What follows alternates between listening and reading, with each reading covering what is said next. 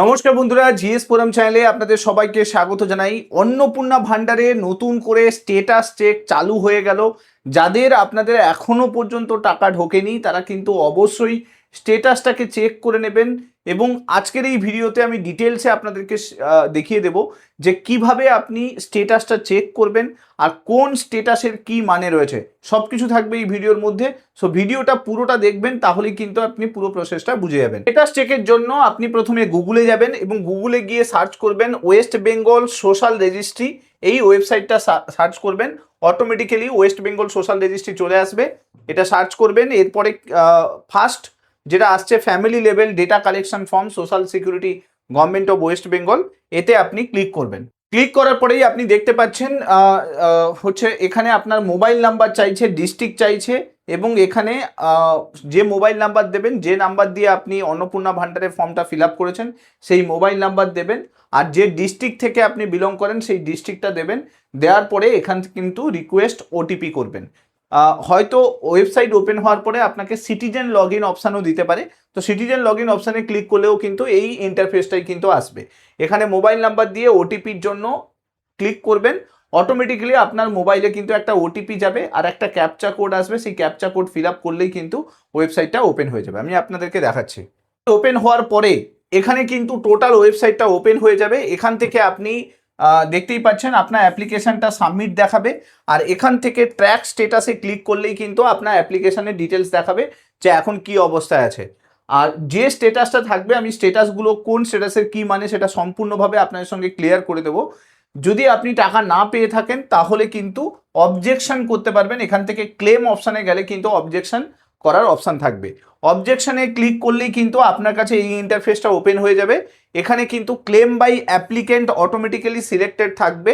যদি আপনি নিজেই অ্যাপ্লিকেন্ট হন তাহলে কিন্তু এখান থেকে অ্যাপ্লিকেন্ট পোর্শনটা ক্লিক করবেন। আর যদি কারুর জন্য আপনি অবজেকশন জানাতে চান তাহলে কিন্তু অবজেকশন এগেইনস্ট সামওয়ান এখান থেকে করতে পারবেন। ঠিক আছে, তো আপনার ফ্যামিলির মধ্যে কিন্তু হতে হবে, তবেই কিন্তু এই অবজেকশনটা করা যাবে।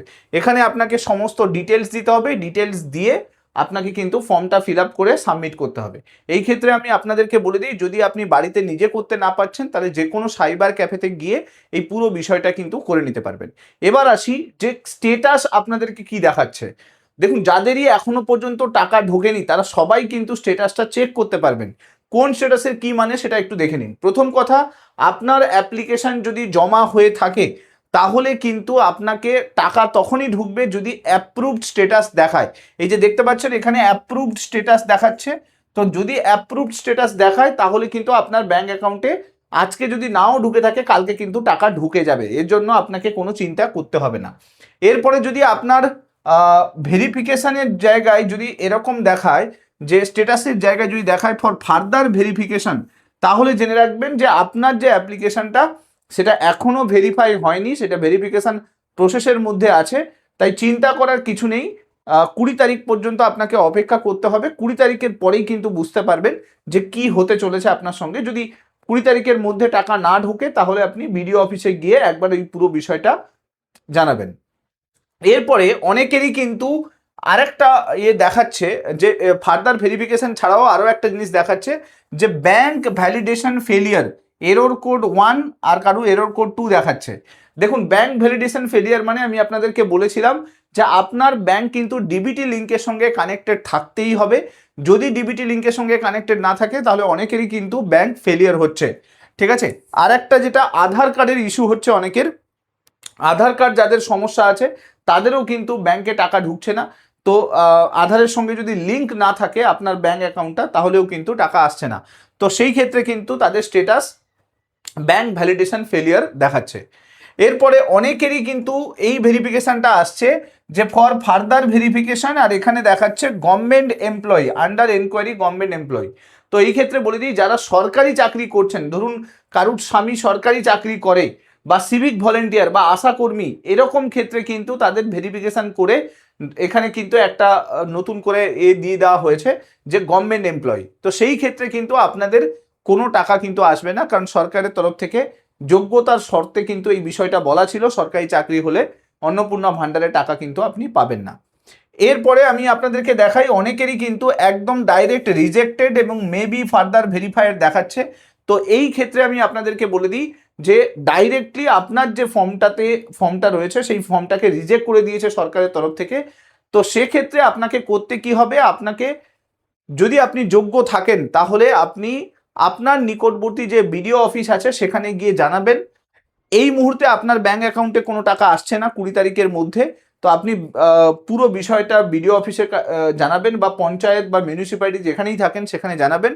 সেখান থেকে কিন্তু ফার্দার ভেরিফিকেশন হবে যদি আপনি যোগ্য থাকেন। এখানে যদি রিজেক্টেড দেখায় তাদের ক্ষেত্রে আমি বললাম। এরপরে অনেকেরই আন্ডার প্রসেস দেখাচ্ছে, তাহলে আন্ডার প্রসেস যাদের দেখাচ্ছে তাদের টেনশন নেওয়ার কোনো কারণ নেই। যদি আন্ডার প্রসেস দেখানোর পরে আপনার কাছে এইখানে কোনো আলাদা করে কোনো যদি ইনফরমেশন না দেওয়া থাকে তাহলে বুঝবেন যে আপনার ফর্মটা ভেরিফিকেশন চলছে, কমপ্লিটের পথে আছে। আর সেক্ষেত্রে এই 20 তারিখের মধ্যেও টাকা পেতে পারেন, টেনশনের কোনো কিছু নেই। 20 তারিখ চলে যাওয়ার পরেই কিন্তু আপনি বুঝতে পারবেন, আপনার স্ট্যাটাসটা একবার চেক করবেন, এখানে দেখবেন অ্যাপ্রুভ দেখাবে। তো এখন হয়তো হতে পারে যে আপনার ব্যাঙ্ক অ্যাকাউন্টে টাকা পাঠিয়ে দেওয়া হয়েছে, এখনো প্রসেস হয়েছে, তো সেটাতে সময় লাগবে। তাই 20 তারিখ পর্যন্ত ধৈর্য ধরে অপেক্ষা করুন যাদেরই আন্ডার প্রসেস দেখাচ্ছে। এছাড়া আমি আপনাদেরকে বলে দিই অনেকেরই কিন্তু ইনকাম ট্যাক্সেরও কিন্তু একটা লেটার আসছে, মানে ইনকাম ট্যাক্সেরও একটা কিন্তু অপশান দেখাচ্ছে যে ভেরিফিকেশান পাশে ইনকাম ট্যাক্স বলে লেখা রয়েছে।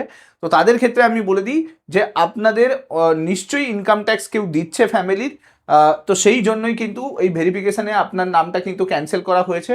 তো যদি আপনি যোগ্য হয়ে থাকেন তাহলে কিন্তু অবশ্যই ব্লকে গিয়ে এই পুরো বিষয়টা বলবেন যে বাড়িতে কেউ যদি ইনকাম ট্যাক্স দিয়ে থাকে, যদি আপনার স্বামী ইনকাম ট্যাক্স দেয় তবেই কিন্তু আপনি পাবেন না, আদারওয়াইজ অন্য কেউ ফ্যামিলির যদি কেউ ইনকাম ট্যাক্স দেয় তাহলে কিন্তু আপনি যোগ্য আছেন। তাই এই পুরো বিষয়টা বিডিও বা পঞ্চায়েত অফিসে জানাবেন, তাহলেই কিন্তু পুরো ব্যাপারগুলো ক্লিয়ার হয়ে যাবে। যাদেরই এরকম হচ্ছে, মানে ধরুন প্রবলেম হচ্ছে, টাকা পাননি, আপনারা ভেরিফিকেশন হয়েছে কিন্তু যোগ্য আছেন অথচ টাকা পাননি, তারা কিন্তু যেভাবে আমি ক্লেম করতে বললাম সেইভাবে কিন্তু ক্লেম করতে পারবেন। আপনার যে সিটিজেন পোর্টাল আছে সেই সিটিজেন পোর্টালকে লগ ইন করে এখানে দেখতে পাচ্ছেন ক্লেম বলে অপশান দেখাচ্ছে, তো ক্লেম করবেন। এই যে ডিটেলস আপনাকে দিতে হবে, এখানে জিপি, এরিয়া, বাবার নাম, এগুলো সব দিতে হবে এবং অ্যাপ্লিকেশন আইডি সেগুলো পেয়ে যাবেন, সেই আইডিগুলো দিতে হবে। দেওয়ার পরে ক্লেম করবেন, আবার কিন্তু ভেরিফিকেশান হয়ে যাবে। ভেরিফিকেশান হওয়ার পরে সেপ্টেম্বর মাসে কিন্তু আবার টাকা পাবেন। আগস্টে 20 তারিখের মধ্যে সমস্ত টাকা দিয়ে দেওয়া হবে, নতুন করে সেপ্টেম্বরে যখন টাকা ছাড়া হবে তখন কিন্তু আপনি পাবেন। সো আশা করছি পুরো বিষয়টা ক্লিয়ার করতে পারলাম। তো নতুন করে যেহেতু স্ট্যাটাস চেক চালু হয়ে গেছে তাই আর অসুবিধে থাকলো না, আপনাদের যেগুলো যা কিছু অভিযোগ থাকবে সেটা কিন্তু জানাতে পারবেন। সো ভিডিওটা ভালো লাগলে অবশ্যই একটা লাইক করে দেবেন, আর মাস্ট এই ভিডিওটাকে শেয়ার করে দিন সমস্ত বন্ধু বান্ধবদের সঙ্গে, যাতে সবাই এই বিষয়ে কিন্তু অ্যাওয়ার হতে পারে। Thank you so much. Next ভিডিওতে আপনাদের সঙ্গে আবার দেখা হচ্ছে। Till then, bye by.